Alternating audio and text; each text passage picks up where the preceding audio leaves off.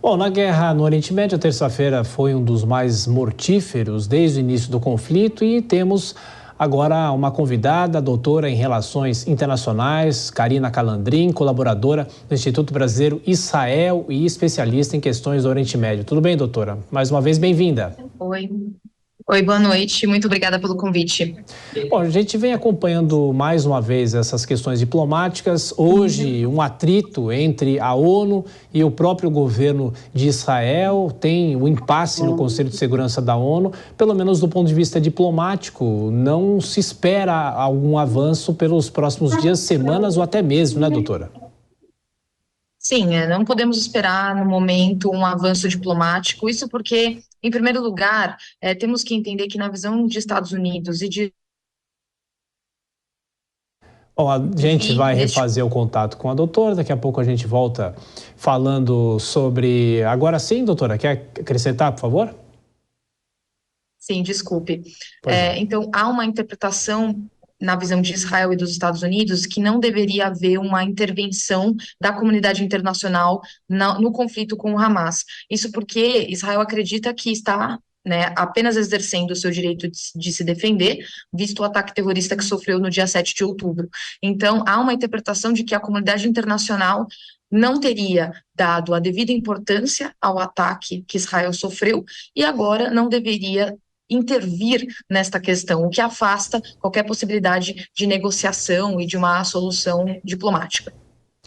Doutora, eu queria perguntar sobre a possibilidade da escalada mais geral dessa guerra, porque os Estados Unidos afirmam que as forças americanas e aliadas foram atacadas pelo menos 13 vezes no Iraque e na Síria na semana passada. Esses ataques foram feitos entre os dias 17 e 24 de outubro com drones e foguetes. E o porta-voz do Pentágono, o general Pat Ryder, afirmou que há uma perspectiva de escalada mais significativa contra as forças dos Estados Unidos em toda a região. E, segundo ele, os ataques são apoiados pela Guarda Revolucionária Islâmica de Teherã e pelo regime iraniano. E hoje a gente já falou aqui que as forças israelenses estão atacando algumas posições na fronteira em relação ao Líbano e também na Síria. Eu pergunto, a senhora acredita numa escalada muito maior, mesmo com essa demora, vamos dizer assim, desde o início da guerra? O quadro vai ficando talvez mais claro com a entrada desses outros atores?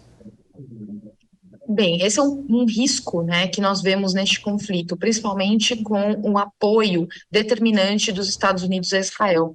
Então, outros grupos que, além de verem Israel como inimigo, também veem os Estados Unidos como um inimigo central, considerando o sistema internacional, se sentem mais dispostos a adentrar o conflito, mais até do que se fosse um conflito contra Israel apenas. Então, essa posição dos Estados Unidos no cenário vai inclusive piorando a situação no sentido da atuação desses outros grupos. Eu não vejo uma atuação estatal, mas a atuação de outros grupos, como o próprio Hezbollah, que já tem realizado ataques na fronteira do Líbano com Israel, e até mesmo a Jihad Islâmica Palestina e outros grupos terroristas da região, podem continuar atuando, aqueles que já estão, ou também adentrarem o conflito de uma maneira mais direta, conforme a guerra se estende. Bom, e qual a leitura que a gente pode fazer dessa última liberação de duas reféns? A gente lembra que antes disso uma mãe e uma filha tinham sido soltas também pelo Hamas.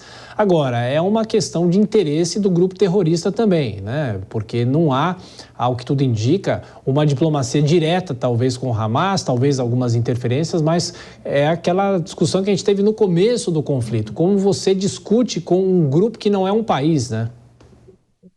Exatamente. O Hamas, a liberação que ele realizou dos quatro reféns que foram libertados, 4 mulheres, inclusive, é exatamente um discurso que eles já tinham realizado, em que eles chamaram os estrangeiros que estavam como reféns na faixa de Gaza como convidados, né? Então, os estrangeiros seriam libertos, mas os israelenses continuariam lá. Então, o que aconteceu foi a liberação de 2 americanas e agora 2 britânicas, né, que tinham a cidadania também israelense, mas que eram cidadãs de outros países.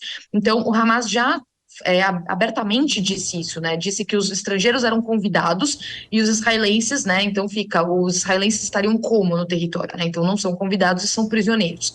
Então é uma situação que dificulta muito obviamente, a diplomacia. Israel não tem feito negociações com o Hamas. Essa liberação dos reféns tem dado, a partir, de acordo com o próprio Hamas, com uma negociação com o Catar, né, onde está também o líder do Hamas, ele está em Doha, no Catar.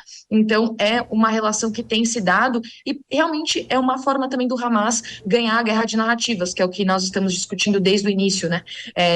Se mostrar, de certa forma, benevolente, se isso é possível, né, liberando alguns reféns, liberando a partir dessa negociação que ele diz que tem feito do Hamas com o Catar, né, diz que tem feito com o Catar, então se mostrando aberto à negociação, querendo passar uma imagem de que Israel que não quer negociar, que Israel que seria o irracível e que não estaria disposto a uma resolução da questão por um meio diplomático de negociação.